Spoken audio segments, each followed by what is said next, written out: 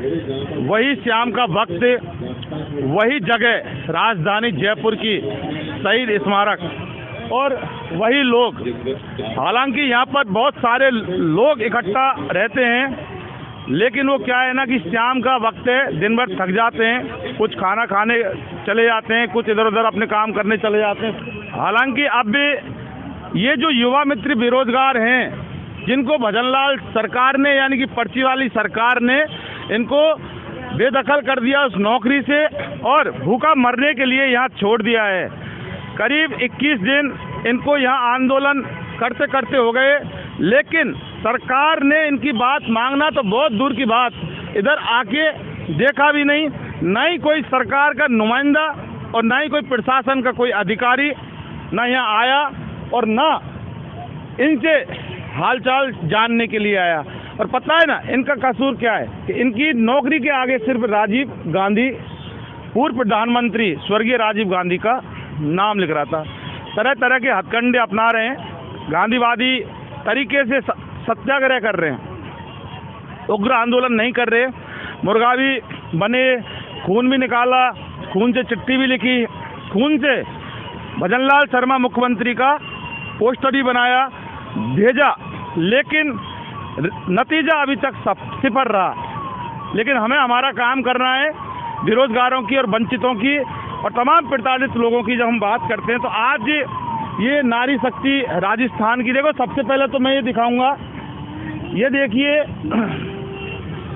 भजनलाल शर्मा मुख्यमंत्री, ये यहाँ ये विकलांग भी हैं, दिव्यांग भी हैं, कई पुरुष दिव्यांग हैं। ये महिला आप देख सकते हैं कि ये इसका भला करवाने के लिए आई है, लेकिन आपको नहीं दिखेगी क्योंकि आप जननायक नहीं हो। जननायक अशोक गहलोत थे और उनकी योजना आपने बंद कर दी। हम इनसे बात करेंगे। सबसे पहले आपका नाम क्या है और आप कहाँ से आई हो? मेरा नाम संगीता मीणा है और मैं कोटा जिला से हूँ, कोटा जिला ब्लॉक इटावा। तो अभी फिर कैसे अब नियुक्ति मिलेगी? सरकार तो ध्यान देखो दे नहीं रही है आपके ऊपर। अब जब तक हमारी नहीं सुनेगी तो हम यहीं पे रहेंगे धरने में, है ना? सुननी पड़ेगी सरकार को। हम क्या वैकेंसी, हमने वैकेंसी दे के फॉर्म भरा था हमने तो, लेकिन अगर नाम से आपको दिक्कत है तो नाम चेंज कर दो या फिर ऐसा नाम रख दो जो किसी भी पार्टी को प्रॉब्लम नहीं है। और हम तो दिव्यांग हैं, दिव्यांग किसी पार्टी की नहीं होती। यानी कि आपने जो नौकरी लगी थी बाकायदा पढ़ के लिख के पेपर देने के बाद इंटरव्यू देने के बाद एक नंबर में, कोई अर्जी फर्जी नौकरी नहीं थी? नहीं, फर्जी कुछ नौकरी नहीं थी, वैकेंसी निकली थी और हम फॉर्म भरा था और इंटरव्यू देने गए थे, हम उसी में सिलेक्ट हुए थे, कोई फर्जी नहीं थी हमारे। लेकिन सरकार ने तो अब ये खेल ही खत्म कर दिया। हम तो गवर्नमेंट स्टेट, एक तो केंद्र सरकार का भी फ्लैगशिप योजनाओं को प्रचार कर रहे थे हम, और ये गांव-गांव तक पहुंचा रहे थे और राज्य सरकार का भी कर रहे थे हम तो। अरे हम तो है ना, ये कांग्रेस, ये केंद्र सरकार और राज्य सरकार, केंद्र सरकार में तो बीजेपी बैठी है, उनके जो कैंप लगे थे विकसित भारत संकल्प यात्रा, उसमें भी गए थे हम।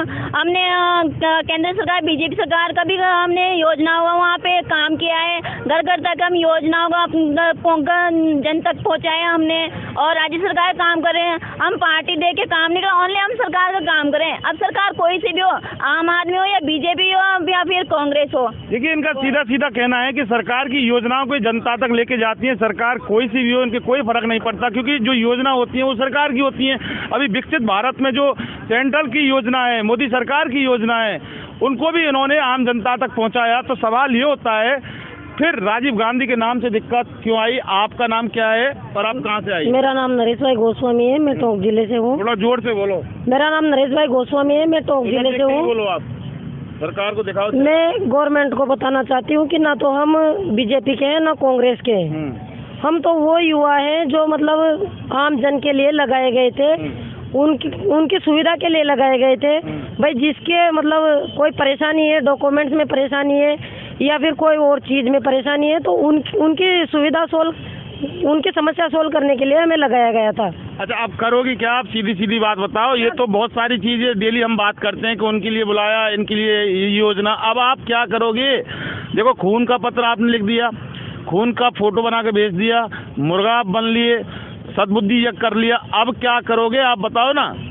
हम हमारे पास में जब हम मतलब हमारे जो ग्रामीण इलाके हैं वहाँ पे गवर्नमेंट जितने भी विधायक दल बैठे हुए हैं वो वोट लेने के लिए तो उस टाइम पे आ जाते हैं हमारे पास में, लेकिन हमारी आज सुनवाई कोई नहीं कर रहा है। ये बहन दिव्यांग है, ऐसे कितने ही दिव्यांग हैं, पहले ये अपाहिज नहीं थे, इनकी नौकरी गई तब से ये अपाहिज हो गए। इनको छोड़ो, मैं मेरा सवाल का जवाब दो, अब आप क्या करोगे? हम हमारा पूरा प्रयास करेंगे, हम यहाँ से नौकरी लेकर ही जाएंगे। जब तक हमें इंसाफ नहीं मिलेगा तब तक हम टिके रहेंगे, चाहे हमारा खून बहे तो सही, चाहे हमारी अर्थियाँ निकले, कुछ भी हो, लेकिन हम जाएंगे यहाँ से नौकरी लेके। क्योंकि हम बताना चाहते हैं भाई, ना तो हम विशेष पार्टी के लिए काम कर रहे थे, नहीं हम मतलब हम आम जन के लिए काम कर रहे थे, लेकिन गवर्नमेंट ने हमें एक टैग लगा के निकाल दिया गया है, तो उस टैग को हम सहन नहीं करेंगे। जहाँ तक हमें लगेगा भाई हमें जो भी कुछ करना पड़ेगा वो हम करेंगे, लेकिन सरकार को जगा के रहेंगे। देख लो भजनलाल सरकार, ये आपकी बेटी है, सो रहे हो तो जाग जाओ, वरना ये जगा के रहेंगी। अच्छा, आपका नाम क्या है और आप कहाँ से आई हो? मेरा नाम शालू गुप्ता है और मैं कोटा जिले से हूँ। मैं सरकार से ये कहना चाहती हूँ कि सरकार जनता के लिए होती है, तो फिर सरकार यहाँ आकर हमारी सुनवाई क्यों नहीं कर रही है? भजनलाल सरकार अपना निर्णय क्यों नहीं दे रही है? ये हमें किस नज़र से देख रही है? क्या हमें कांग्रेस की नज़र से ही देखा जा रहा है क्या? अच्छा, एक बात बताओ कि जब चुनाव से पहले नारी का विकास, नारी की रक्षा सुरक्षा, बेटी पढ़ाओ बेटी बचाओ, वो तो लंबे लंबे बसों पे और दीवारों पे चिपका रहता है, तो ये जो चीज़ें हैं ये सिर्फ ये कागजों की चीज़ें हैं या वाकई आपको तो नहीं लगता ना कि धरातल पर ऐसा कुछ हो रहा है? धरातल पे हो रहा है ना, क्यों नहीं हो रहा है? बेटी बचाओ बच रही है, बेटी की रक्षा हो रही है क्या? बेटी की रक्षा भी हो रही है, लेकिन जिस तरह के कांड हो रहे हैं तो ये सरकार की वजह से ही तो हो रहे हैं। बिल्कुल उन्होंने जिस तरह से निर्णय नहीं ले पा रही है या बिल्कुल वो सजा नहीं दे पा रही है अपराधियों को, इसकी वजह से ही तो ये कांड हो रहे हैं। और आज हम यहाँ धरने पे बैठे हैं तो ये भी हम सरकार की वजह से ही तो बैठे हैं। हमारे साथ भी तो नाइंसाफी हुई है, हमारे साथ में भी तो इन्होंने एकदम इस तरह का लेटर निकाल दिया बिल्कुल तुरंत प्रभाव से, हमको बिल्कुल बेरोजगार कर दिया। ना हमारे बच्चों की सोची, ना हमारे परिवार की सोची।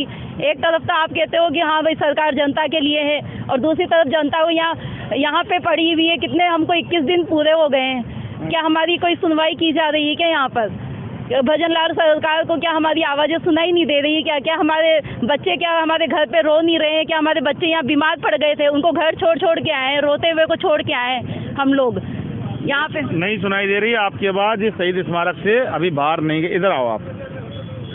अच्छा, आप कहाँ से आई हो और पहले तो नाम बता दो आप। मेरा नाम शबाना है और मैं कोटा से आई हूँ, ब्लॉक मेरा। शबाना, ये बताओ कि क्या वाकई राजीव गांधी के नाम से सरकार को दिक्कत हो सकती है क्या, जो इसलिए इन्होंने ये युवा मित्र जो नियुक्ति थी, नौकरी थी, उनको हटा दिया एक झटके में? राजीव गांधी के नाम से सरकार को तो कोई दिक्कत नहीं होनी चाहिए, क्योंकि वो पूर्व प्रधानमंत्री रह चुके हैं। उन्होंने कोई ऐसे गलत काम भी नहीं किए कि आप उनके नाम से नफरत करते हो। नहीं, नफरत की राजनीति तो पूरे देश में हो रही है, वो तो आपको पता ही है। क्या तो ऐसा सरकार ने जो किया है ये गलत किया है। राजीव गांधी नाम में दिक्कत है तो आप नाम हटा के किसी और नाम से इसको संचालित कर सकते हो दोबारा से। किसी और नाम का मतलब जैसे अटल का भी रख सकते हैं, अटल जी का रख सकते हैं, नरेंद्र मोदी जी का भी रख सकते हैं, और ज़्यादा नहीं तो भजनलाल जी खुद अपना भजनलाल युवा मित्र रख सकते हैं। आपका यही कहना है ना? हाँ जी, मेरा यही कहना है। लेकिन नौकरी तो आपको? हाँ, नौकरी तो लेके ही जाएंगे यहाँ से।